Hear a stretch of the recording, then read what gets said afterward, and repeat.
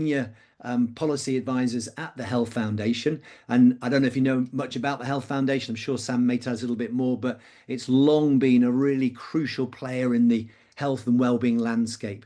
They're an independently funded group that has been writing and sharing and inspiring for many decades. And I've always been a real follower of the Health Foundation's work. So it's a great pleasure to have Sam talk to us about some of the most recent developments.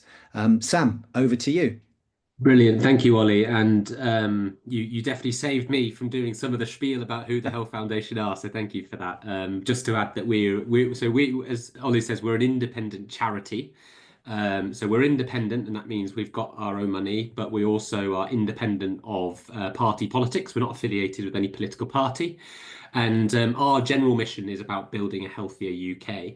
So that means lots of different things. We do work on the NHS, we do work on what you might call public health, but I think a real big focus for us, particularly over the last few years, has been in this kind of work, employment, welfare, and health space, trying to understand what's going on with working age health and what we can do about it. And as Ollie says, I've been leading the work recently. At the foundation about this, and I'm really excited to be here speaking to you all, very selfishly mainly because it's always really interesting for me to hear perspectives from the front line, people who are actually doing this work with people, understanding what the barriers that people are facing, the barriers to doing the work effectively. So I'm really looking forward to getting into that discussion later. Um, I was invited by Ollie and the team just to sort of say a little bit at the beginning about kind of the general landscape, what's going on.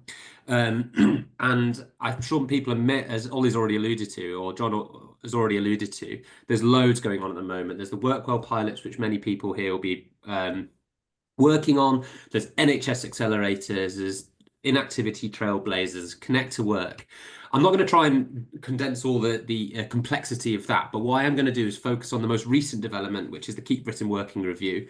I'll do a few minutes just on what that is and how that sort of, I think, sets the scene for where health coaching can play a really important role in the future.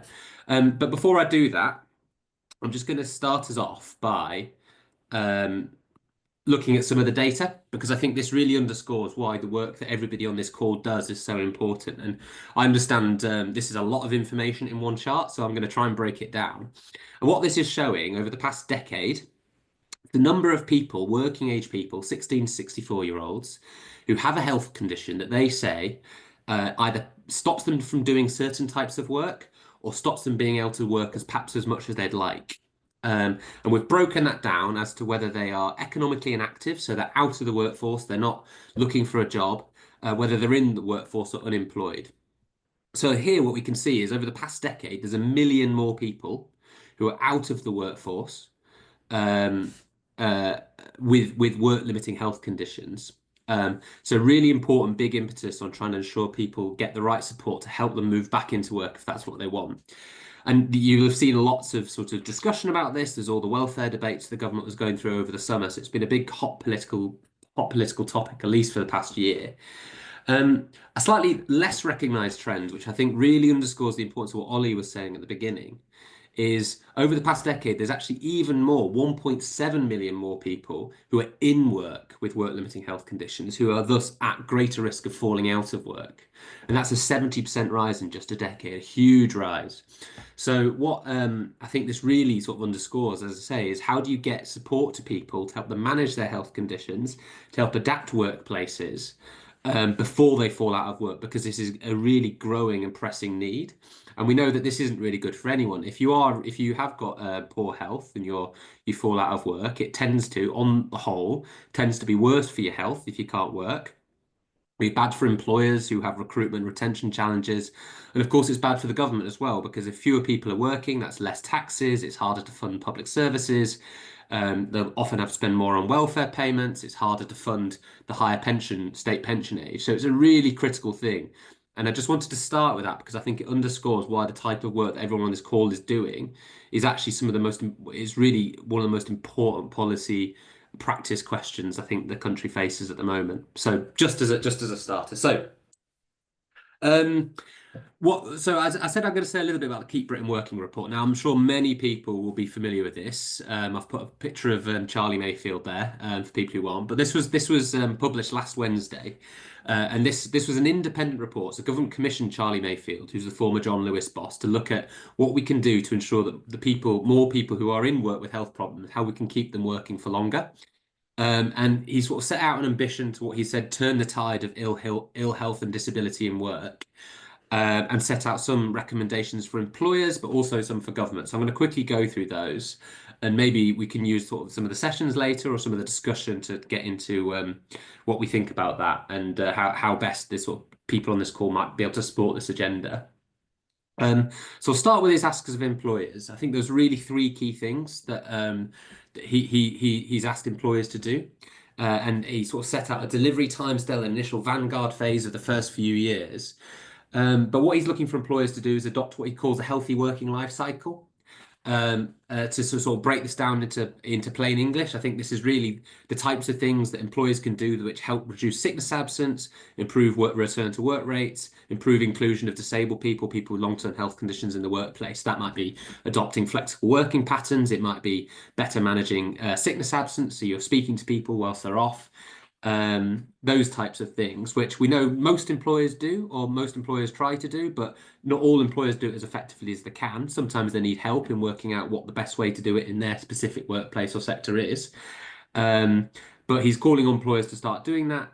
I think this is the bit that's particularly relevant for people on this call. He's also set out a need for better workplace health provision. This is a sort of catch-all term, but it includes things like health coaching to support people manage their health conditions better. It includes things like vocational rehabilitation support, occupational health, etc.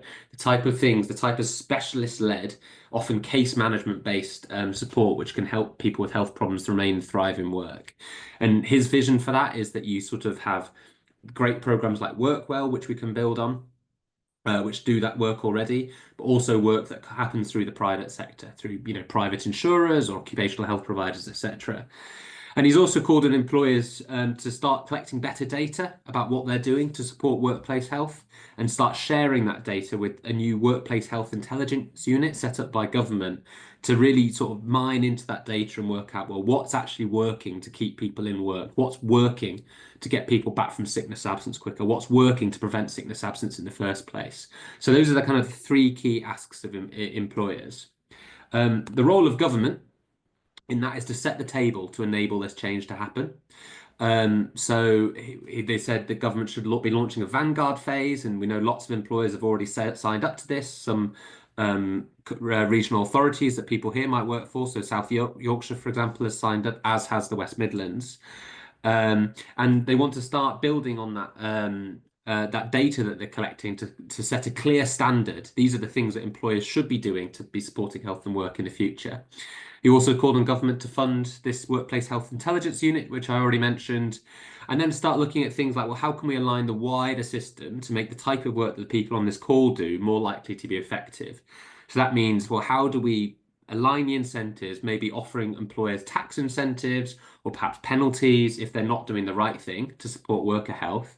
How do we look at things like sick pay, which, people might be unfamiliar with this, but actually the UK has one of the lowest sick pay rates of all similar countries, and it's gotten worse over time. It hasn't risen as wages have risen, and that can be a bad incentive. But also reform the welfare system. So instead of when people fall out of work, they spend a long time to get any support. They might be fearful of going back into work in case they lose their benefits. Well, how do we restructure that to encourage rapid rehabilitation, rapid recovery, and return to work?